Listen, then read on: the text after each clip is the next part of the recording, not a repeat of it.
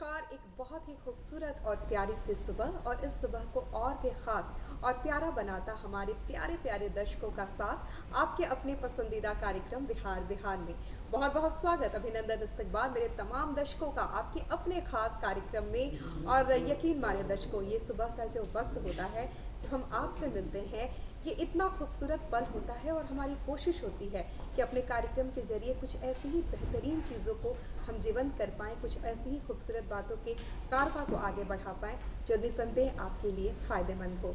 तो आइए बिना देर किए हुए हम आपको लिए चलते हैं अपने कार्यक्रम के पहले चरण में, जिसमें हम आपको बताते हैं आज का सुविचार। हो सकता है हम ठोकर खाकर गिर पड़े, पर हम उठ सकते हैं। लड़ाई से भागने से तो इतना अच्छा ही है। तुम्हें कोई पढ़ा नहीं सकता, कोई आध्यात्मिक नहीं बना सकता। तुमको सब कुछ खुद अंदर से सीखना है। आत्मा से अच्छा कोई शिक्षक नहीं है। कि आज हमारे साथ हैं श्री अवधेश प्रीत जी, जो कि लेखक है, पत्रकार है, साहित्यकार है, संपादक है और अनेकों खूबियां इनके व्यक्तित्व की जान है। तो आइए सबसे पहले करते हैं इनका स्वागत हमारे कार्यक्रम बिहार बिहार में। बहुत बहुत स्वागत अवधेश जी आपका हमारे कार्यक्रम में। नमस्कार तन्वी जी। जी अवधेश जी, एक साहित्यकार सुनने में बड़ा भारी भरकम सा शब्द लगता है और ऐसा अमूमन लगता है कि एक बड़ी गंभीर सी छवि होगी, लेकिन क्या साहित्यकार इससे इतर भी होता है?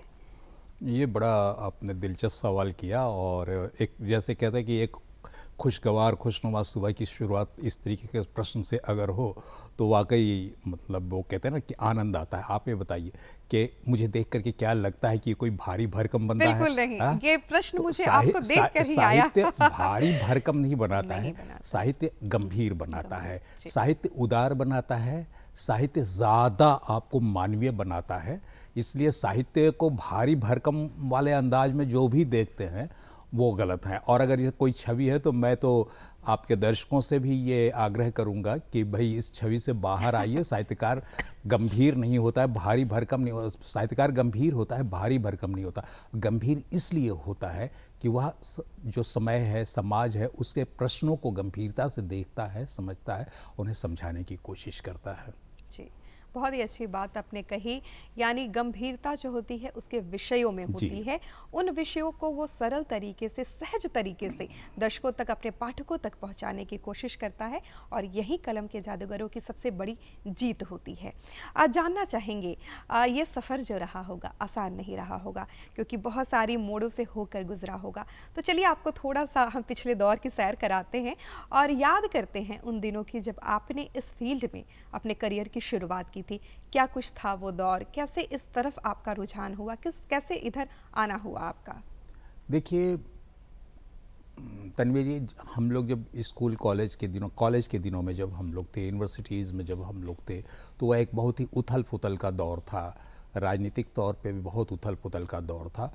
तो वहाँ से हम लोग समाज को समझने की कोशिश कर रहे थे। हमारी बहसें होती थी आपस में कैंपस में, हम मित्रों की, साथियों की, और जो रचनात्मक गतिविधियाँ थी बहुत तेज़ थीं। तो उन गतिविधियों में शामिल होते हुए हमें लगा कि मेरे अंदर जो कुछ कहने की क्षमता है, जो मैं अभिव्यक्त करना चाहता हूँ, वो कभी रंगमंच के ज़रिए अभिव्यक्त करते थे हम, कभी डिबेट के ज़रिए अभिव्यक्त करते थे हम, और फिर कभी छोटी छोटी कविताओं और लेखों के ज़रिए अभिव्यक्त करते। धीरे धीरे लेखन में रुचि बढ़ती चली गई, और फिर मैंने ये तय किया कि मैं अगर पोस्ट ग्रेजुएशन करूँगा या आगे भी अपना करियर शुरू करूँगा तो वो लिटरेचर में करूँगा। और इस तरीके से मैंने लिटरेचर से एमए किया हिंदी में, और फिर मैं बीएचयू आया पीएचडी करने के लिए, लेकिन वो मैं पूरा नहीं कर पाया। फिर मैं पटना आ गया, और पटना से मैंने अपनी कही एक तरीके से साहित्य और पत्रकारिता दोनों की शुरुआत मैंने इस पाटलिपुत्र की धरती से की। क्या बात है। पाटलिपुत्रा की इस शुभ धरती से आपकी शुभ शुरुआत हुई है, उस पर हम ज़रूर चर्चा करेंगे। लेकिन जानना चाहेंगे आपसे, अमूमन ऐसा माना जाता है कि अभिनय ये एक बड़ी नैसर्गिक चीज़ होती है। अभिनय आप सीख के अपने आप को और परिभाषित कर सकते हैं, लेकिन ये कहीं ना कहीं आपके भीतर होना चाहिए, तभी आप इसमें बेहतर कर सकते हैं। वैसे ही अगर बात करें एक लेखक की, तो ये लेखनी का जो जादू होता है वो एकाएक नहीं आता। ये चीज़ें कहीं ना कहीं भीतर स्वफुटित होती हैं और तभी ये चीज़ें आप उसे निखार सकते हैं, बेहतर बना सकते हैं। लेकिन शुरुआत वो एक चीज़, एक आग, एक जो होती है ना लगन, क्या कहना चाहेंगे इस विषय पर? नहीं, बिल्कुल सही कह रही हैं आप। देखिए, लेखन हो, चित्रकारी हो, अभिनय हो, या जो भी विधाएं हैं, इस तरह से कला की जो विभिन्न विधाएं हैं, उन विधाओं का कोई ऐसा नहीं है कि वो अचानक एक दिन आ जाती हैं। वो आपके अंदर उसके इंस्टिंक्ट्स होते हैं। अब वो इंस्टिंक्ट कैसे होते हैं? कई बार आपके परिवेश से वो चीज़ें आती हैं, कई बार वो जो परिस्थितियां होती हैं। जैसे एक छोटा सा उदाहरण आप देखिए कि वाल्मीकि के बारे में कहा जाता है कि वो जो है दस्यु थे, लेकिन अचानक एक दिन क्रौच वध से उनके अंदर जो जागी पीड़ा, जो करुणा जागी, उसने उनको वाल्मीकि बना दिया और रामायण की रचना होती है सामने। इतना बड़ा रचनात्मक काव्य सामने आता है। तो ये देखने को वो एक घटना थी, वो क्रौच वध की वो घटना थी जिसने एक दस्यु को एक रचनाकार के रूप में, एक लेखक के रूप में तब्दील कर दिया। तो वो एक घटना तो सिर्फ एक कैटलिस्ट का काम कर रही है, वो प्रेरक का काम, उत्प्रेरक का काम कर रही है, लेकिन उसके अंदर कहीं वो रचनात्मक भाव बोध था, वो करुणा थी जिससे वो प्रेरित हुआ, या जिसने उसको बहुत गहरे तक छुआ और उसे अव्यक्त करने के लिए उसको लगा कि मुझे कुछ जो है। और वहाँ पर आपको याद है कि उनके सामने जो है एक क्रौचवध के साथ ही एक श्लोक उनके मुंह से निकला था। तो इस तरीके से कहीं भी कोई भी जो इंस्टिंक्ट होते हैं आपके भीतर, जो आपके भीतर इंस्टिंक्ट होते हैं, उनको कब कहाँ कैसे, तो परिवेश जिसको कहते हैं, परिस्थितियाँ जिसको कहते हैं, और आपका जो प्रेरक तत्व होता है, वो शराब मिलाकर के एक रचनाकार को रचनाकार बता। उदाहरण के तौर पे अगर एक चित्रकार है तो चित्रों को देखते देखते अगर उसके अंदर आप देखते हैं कि बच्चे को, छोटे बच्चे जो होते हैं, 2 बच्चे 3 बच्चों को बैठा दीजिए, हर बच्चे चित्र बनाता तो जरूर है, लेकिन धीरे धीरे एक बच्चे की रुचि जो है चित्र से हटती चली जाती है और दूसरा बच्चा उसी को जो है चित्र को बराबर बड़ा भी होता जाता है, तो भी कुछ न कुछ चित्र बनाता चलता है। उसकी रचनात्मकता उसके काम में, उसके पढ़ाई में, उसके अध्ययन में वो नज़र आती है।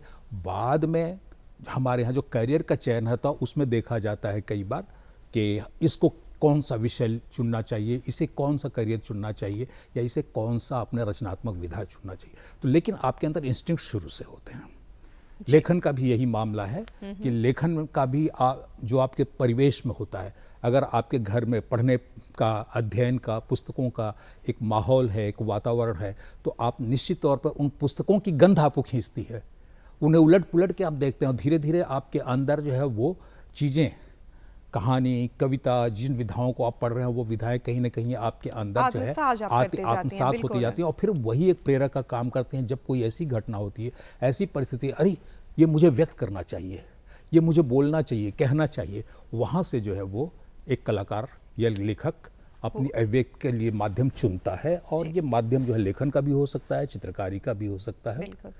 जानना चाहेंगे, आपके इंट्रोडक्शन में ही मैंने कहा साहित्यकार हैं आप, लेखक हैं आप, पत्रकार हैं आप, आखिर इन सभी विधाओं के बीच कैसे संतुलन, कैसे तारतम्य स्थापित किया आपने? ये बड़ा कहना मुश्किल है कि कैसे संतुलन साध पाया, लेकिन वो सधता गया जी। और सधता गया इस तरह से कर, देखिए कोई चीज़ चाह करके अगर करने से वो एक अभ्यास हो सकता है, लेकिन जब आप स्वतः जब विधाओं में रमने लग जाते हैं, जब आपको आनंद आने लगता है दोनों विधाओं में, तीनों विधा विभिन्न, जैसे ये 2 आप बातें जो कर रही हैं, साहित्य और पत्रकारिता, तो दोनों की एक मूल जो बात थी वो लेखन है जी। दोनों लिखने से, रचनात्मकता से जुड़ी थी, तो एक दूसरे में आवाजाही संभव थी। और आपको मैं ये बतलाऊं कि जो हमारी पूर्ववर्ती जो पत्रकार पीढ़ी रही है, उसमें बहुत सारे लोग या ज़्यादातर लोग साहित्य से आए हुए लोग थे। अगर हम स्वतंत्रता संग्राम आंदोलन की पत्रकारिता को देखें तो माखनलाल चतुर्वेदी हों, गणेश शंकर विद्यार्थी हों, या और भी तो बालकृष्ण भट्ट हों, महावीर प्रसाद द्विवेदी हों, तो ऐसी बहुत सारे जो मतलब साहित्यकार थे वो पत्रकार भी थे और उन्होंने पत्रकारिता की शुरुआत की। तो इस तरह से कह सकते हैं आप कि साहित्य और पत्रकारिता का जो है एक अन्योन्यासी संबंध था, चोली दामन का संबंध रहा है।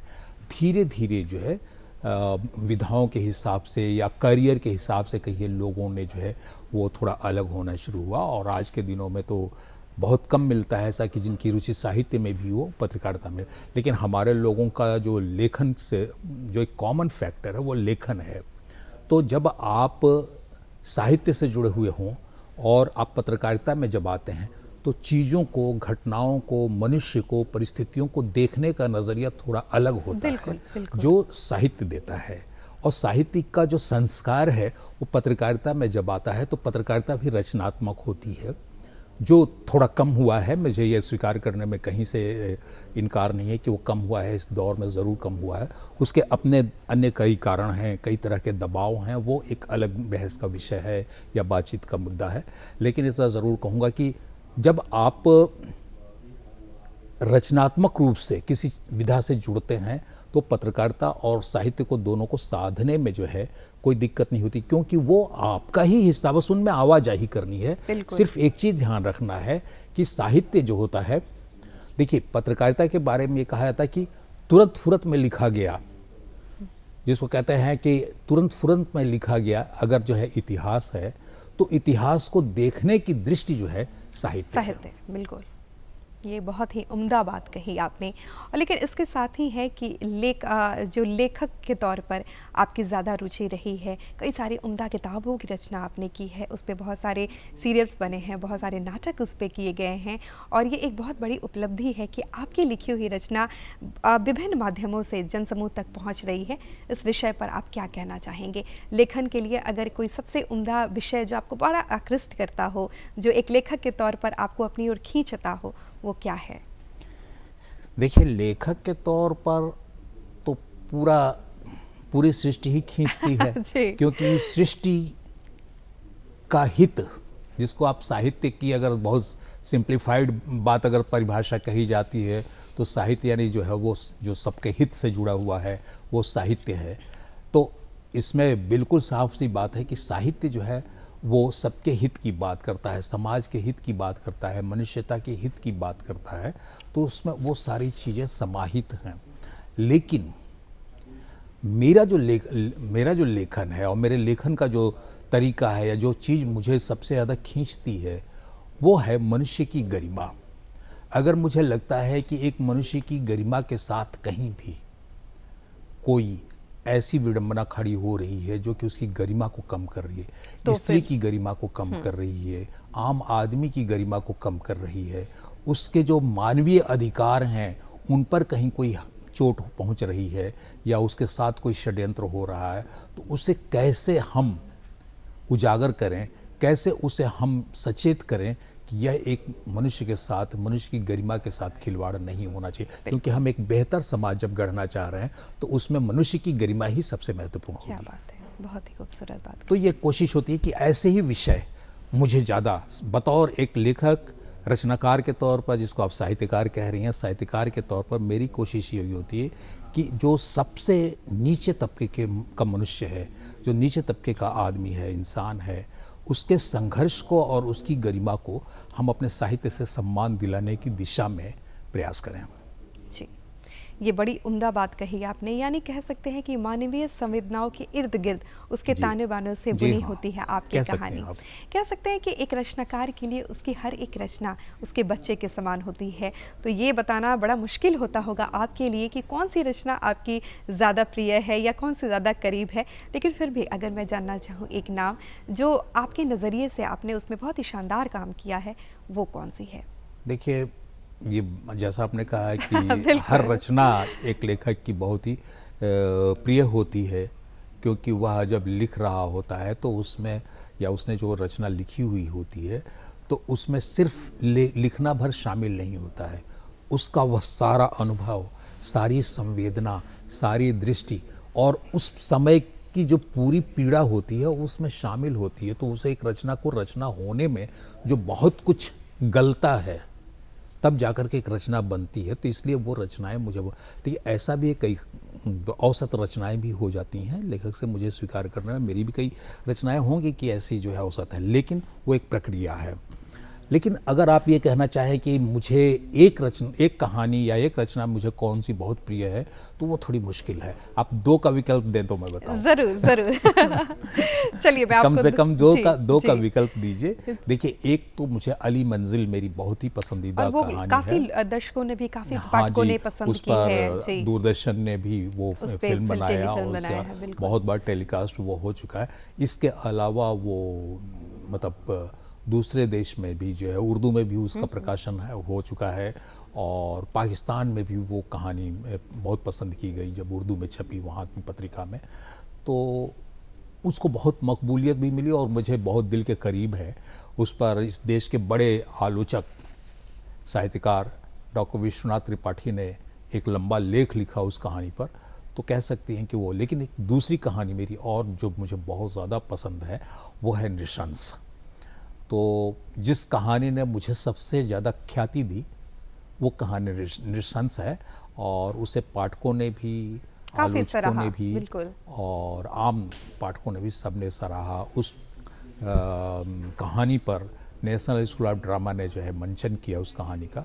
तो कुल मिला के कह सकते हैं कि ये दो मेरी ऐसी कहानियाँ जिन्हें मुझे, वैसे तो मुझे हर कहानी पसंद है, बिल्कुल। लेकिन इन कहानियों को अगर आपने कहा कि कोई दो चुननी हो तो ये होंगी। जी वाकई, और ये कहानियों को दर्शकों का, पाठकों का भी बड़ा प्यार मिला, जिन्होंने जी। थिएटर के माध्यम से इसे देखा, जिन्होंने इसे किताबों के माध्यम से पढ़ा। वाकई ये दिल तक पहुंचने वाली रचनाएं थीं, और वाकई लोगों के, पाठकों के दिलों में इसलिए इन रचनाओं ने घर किया। आज जानना चाहेंगे, पिछला जो वक्त गुजरा है, कह सकते हैं कि सबकी ज़िंदगी का एक बुरा दौर था, और अभी भी चीज़ें बहुत हद तक नहीं बदली हैं, लेकिन कहते हैं कि हमारे जो कहानीकार होते हैं, हमारे जो साहित्यकार होते हैं, वो और भी नरम दिल के होते हैं। चीज़ों को देखने का उनका नज़रिया कुछ और होता है। कोविड-19 के दौरान जो वक्त हमने गुजारा है, एक साहित्यकार के तौर पर उस वक्त को किस नज़रिए से आप देखते हैं, और क्या लगता है साहित्य पर किस प्रकार का प्रभाव पड़ा उस दौर का? देखिए, ये जो दौर गुजरा, जो आपका आशय है, कोविड-19 का जो ये दौर था, ये दौर पूरी दुनिया में बहुत ही तकलीफ देह, बहुत ही, और आप कह सकते हैं कि वो अवाक कर देने वाला। किसी को ये समझ में नहीं आ रहा था कि क्या हो रहा है। तो जाहिर है कि अब एक तो आप जान रही हैं कि आजकल जो है ऐसे सारे प्लेटफॉर्म, माध्यम उपलब्ध हैं जहां हर लेखक भी उसी तरह से जुड़ा हुआ है जिस तरह से समाज के अन्य लोग जुड़े हुए हैं। तो समाचार माध्यमों के ज़रिए, अन्य सोशल मीडिया के माध्यमों के ज़रिए जिस तरीके से हृदय विदारक खबरें आ रही थी, जिस तरीके से लगातार लोगों की मृत्यु की खबरें आ रही थी, रुदन क्रंदन और असहायता जैसी स्थिति पैदा हो गई थी, और जिस समय में हमें सबसे ज़्यादा लोगों के साथ की ज़रूरत थी, जी उस समय हाँ, ने हमारे तो ये अपनों को यही मैं कह रहा हूं, तो ये एक ऐसी महामारी सामने आई कि हम एक दूसरे की मदद से भी जो है वंचित रह गए। यहाँ तक कि माँ बाप बेटा भाई एक दूसरे की मदद नहीं कर, एक घर में रहते हुए भी एक दूसरे की मदद नहीं कर पा, हर किसी की जान के लाले पड़े हुए हों, और ये भी आपको पता ना हो कि उस जो महामारी है वो उसका उचित एकदम सटीक इलाज क्या है। उन तमाम परिस्थितियों में एकदम अप्रत्याशित आई हुई ये बला से जैसे समाज हतप्रभ था, वैसे ही लेखक समाज भी हतप्रभ था। उसे समझ में नहीं आ रहा था, उसकी संवेदनाएं कहीं ज़्यादा गहरे तक जो है उन चीज़ों को देख करके परेशान हो रही थी। कई लेखकों की मृत्यु भी इस बीच में हुई, कई नामचीन लेखकों के, साहित्यकारों की जो है मृत्यु हो गई इसी महामारी की बीमारी से। तो मेरा कहने का मतलब यह है कि इन तमाम चीज़ों को देखते हुए लेखक या साहित्यकार के अंदर तत्काल कोई चीज़ नहीं घटती है, वो चीज़ें उसके अनुभव का हिस्सा हो जाती हैं। उस समय वो समाज, वो परिस्थितियाँ उन चीज़ों को देखता है। और वो आपको मैं बताऊं, एक बहुत मतलब कालजयी कहानी है काफका की, वो प्लेग। तो प्लेग जो कहानी उपन्यास है, वह जो है प्लेग जैसी बीमारी महामारी आई थी, और उस महामारी को 1 साल गुजरने के बाद वो उपन्यास आया है। 1 साल नहीं, 100 साल गुजरने के बाद वो उपन्यास आया प्लेग, और वो जो है विश्व साहित्य में एक चर्चित और कालजयी उपन्यास हुआ। तो रचनाकार कोई ज़रूरी नहीं है कि तत्काल कोई चीज़, लेकिन कई कहानियाँ इस बीच में ज़रूर आई हैं। हिंदी में ख़ासतौर से मैं कहूँगा कई कहानियाँ आई हैं। स्वयं मेरी कहानी जो है लॉकडाउन करके उस शीर्षक से कहानी आई है। कुछ अन्य मित्रों की भी कहानियाँ आई हैं। सुभाष चंद्र कुशवाहा की कहानी भी आई है। तो और भी कई लोगों की कहानियाँ, लॉकडाउन के दौरान भी कुछ कहानियाँ आई। तो मेरा कहने का मतलब ये है कि ऐसा नहीं है कि साहित्यकार ने उन चीज़ों को जो महसूस आज किया, लेकिन कोई अभी बड़ी रचना सामने आती हुई नहीं दिख रही है, लेकिन वो आएगी ज़रूर, क्योंकि लेखकों ने जो है उससे जिस पीड़ा को भोगा है, जिसको बहुत उसकी संवेदना जिस तरह से उन चीज़ों से जुड़ती है और मनुष्यता को उसने जो है एकदम असहायता की स्थिति में देखा है, यकीनन वो चीज़ें आएंगी। हमें वक्त का इंतज़ार करना पड़ेगा। बिल्कुल। ये जो वर्ष है फणीश्वर नाथ रेणु जी का शताब्दी वर्ष है, एक साहित्यकार के तौर पर इस वर्ष को आप कैसे देखते हैं? उन्हें कैसी श्रद्धांजलि आप निवेदित करते हैं? यह आपने बहुत देर से मैं प्रतीक्षा कर रहा था कि ये प्रश्न आए, और अच्छा हुआ कि आपने ये प्रश्न किया। ये हम सब के लिए बहुत ही, और पूरे हिंदी साहित्य समाज के लिए ये बहुत ही गर्व का विषय है कि फणीश्वर नाथ रेणु का जन्म शताब्दी वर्ष है। लेकिन एक बात मैं और बतलाऊं कि अगर रेणु जी होते तो आज 100 वर्ष के हो गए होते हैं ना। रेणु जी को बहुत कुछ लिखना था, लेकिन वो बहुत असमय हमसे बिछड़ गए। तो लेकिन रेणु जी ने जो कुछ भी लिखा, जितना भी लिखा, उसमें से बहुत कुछ कालजयी है, बहुत कुछ महत्वपूर्ण है। और आप ये देखिए कि रेणु जी ने सिर्फ उपन्यास या कहानियाँ ही नहीं लिखी, रेणु जी ने विभिन्न विधाओं में काम किया। उन्होंने जो है रिपोर्टाज लिखे, रिपोर्टाज जैसी विधा को साहित्य में उन्होंने स्थापित किया बहुत शुरू से। और आप समझिए कि रिपोर्टाज उनके ऐसे थे कि जो एक ज़माने में जब पटना में बाढ़ आई थी, उस पर उनका लिखा एक रिपोर्टाज जो है ऋण जल धन जल, वो राष्ट्रीय स्तर पर चर्चित हुआ था और धर्मी पत्रिका में वो रिपोर्टाज छपी। तो कहने का मतलब ये और भी बहुत सारी उनकी जो है रिपोर्टाज हैं। तो वो उन रिपोर्टाजों के जरिए भी उन्होंने एक विधा को स्थापित किया हिंदी में। इसके अलावा उन्होंने कविताएं भी लिखी, उन्होंने हास्य व्यंग के जैसी बहुत सारी रचनाएं, उन्होंने समसामयिक लेख लिखे। तो आप कह सकती हैं कि रेणु का जो लेखन है वो बहुत विपुल है। और उस विपुलता में देखिए कि आप ये बतलाएं कि एक रेणु के 1000 रंग मिलते हैं। और जब आप जिस तरीके से रेणु की रचनाओं को पढ़ती जाती हैं, डूबती जाती हैं, आपको सिर्फ कोशी का अंचल ही नहीं बल्कि पूरा बिहार का समाज उसमें नज़र आता है। तो रेणु हमारे समय के ही नहीं, हमारे समय के आगे के लेखक हैं। और प्रेमचंद के बाद अगर हिंदी में कोई एक रचनाकार जो अपनी विधागत विशेषताओं के साथ स्थापित होता है और हिंदी साहित्य को समृद्ध करता है, और सिर्फ वो हिंदी साहित्य को समृद्ध नहीं करता, पूरे भारतीय साहित्य को वह विश्व साहित्य के स्तर पर ले जाकर के रख देता है, वो है फणीश्वर नाथ रेणु। तो बिहार की धरती के वह लेखक फणीश्वर नाथ रेणु को अगर बिहार में नहीं याद किया गया तो फिर दूरदर्शन ने याद किया, तो ये भी बहुत अच्छी बात है। मुझे बहुत अच्छा लग रहा है कि रेणु की चर्चा आपने की। रेणु मुझे सिर्फ इसलिए नहीं पसंद है कि मुझे उनकी कहानियाँ पसंद है, रेणु का पूरा व्यक्तित्व, वह एक बहुत अच्छे एक्टिविस्ट भी थे। बिल्कुल, वह समाज के लिए संघर्ष करते थे और प्रयोगधर्मी थे अपनी रचनाओं के माध्यम से। बिल्कुल, माध्यम अपने रचनाओं के माध्यम से भी, और वो समाजवादी आंदोलन से भी जुड़े रहे। तो आप कह सकती हैं कि वो आपको याद होगा कि नेपाल क्रांति का जो वो पूरा था उससे भी जुड़े रहे, नेपाल की क्रांति से भी वो जुड़े रहे, कोइराला बंधुओं के साथ उनका बहुत अच्छा संबंध था। तो वो जेल भी गए, वो कह सकते हैं इमरजेंसी के समय में भी उनका जो है उन्होंने काफ़ी इसका विरोध किया।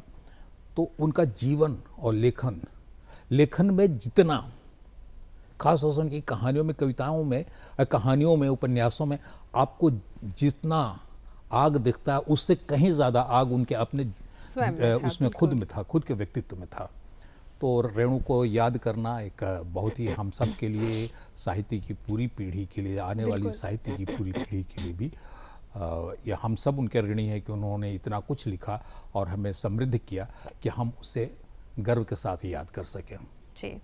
बहुत ही शानदार अवधेशप्रीत जी, आपने अपना अब तक काम किया है, कई सारी रचनाओं के माध्यम से पाठकों के दिल में अपनी जगह बनाई है, लेकिन भविष्य को लेकर हर इंसान के दिमाग में कुछ ताना बाना चलता रहता है कि हमें और कुछ बेहतर करना है, हमें हमें इस दिशा में और कुछ कार्य करना है। अगर आपके भविष्य की हम बातें करें, क्या कुछ सोच रखा है आपने आने वाले दिनों में अपने साहित्य को लेकर? देखिए तन्वी जी, मैं अपने पर ज़्यादा केंद्रित प्रश्न से थोड़ा सा इतर मैं आपसे छूट चाहूँगा। मैं रेणु जी के बारे में कुछ और बात करूँ तब मैं आपके इस प्रश्न का मैं जवाब देना। देखिए, रेणु की रचनाएं, उनकी मैला आंचल, उनका उपन्यास बहुत चर्चित हुआ। दूरदर्शन ने उस पर जो है सीरियल भी बनाया बिल्कुल। मैला आंचल पे, और प्रति परिकथा उनका उपन्यास बहुत चर्चित हुआ। लेकिन मैला आंचल ने उन्हें रातों रात, जिसे कहते हैं, अगर आप एक बहुत ही सामान्य ढंग से एक बात समझने वाली भाषा में कहिए तो उन्हें स्टार राइटर बना दिया।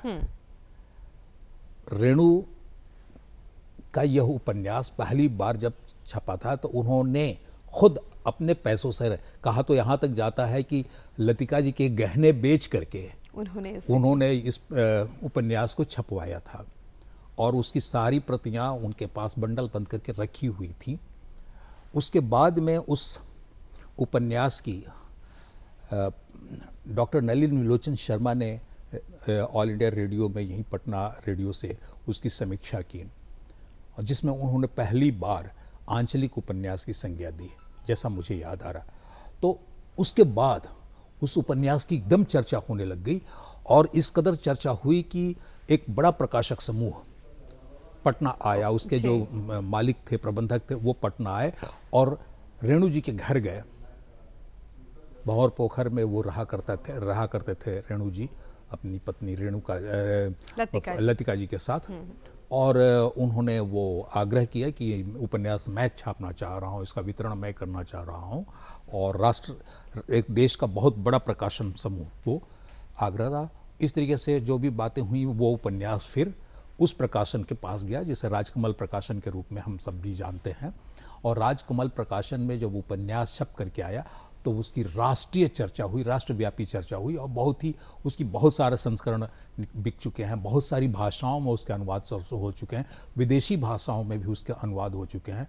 तो ये बड़ी, मतलब जिसको आप कह सकती हैं ना कि टर्निंग, हिंदी साहित्य का टर्निंग वो राइटिंग जिसको कहते हैं, वो मैला आंचल है। जब प्रेमचंद को हम देखते हैं तो वहाँ प्रेमचंद के यहाँ एक टर्निंग पॉइंट दिखता है, और वहाँ से ये यात्रा चली आ रही है। और फिर हम जो है रेणु के यहाँ देखते हैं, ये हिंदी साहित्य का पूरा परिदृश्य बदल के रख देते हैं। वो फणीश्वरनाथ रेणु हैं। फिर उनकी कहानियाँ, जी, मतलब ऐसा लगता है उनकी कहानियों को पढ़ते हुए आपको ये लग रहा सारे जो चरित्र है वो जीवंत हो उठे हैं, हमारे आसपास से हैं।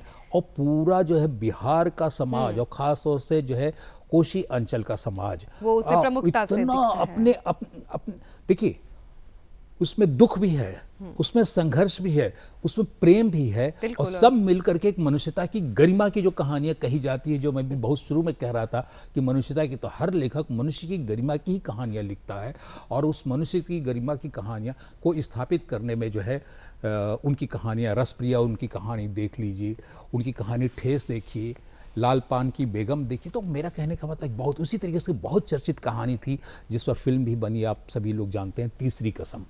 जी, तीसरी कसम जो फिल्म बनी थी, जो उनकी कहानी थी मारे गए गुलफाम उर्फ तीसरी कसम।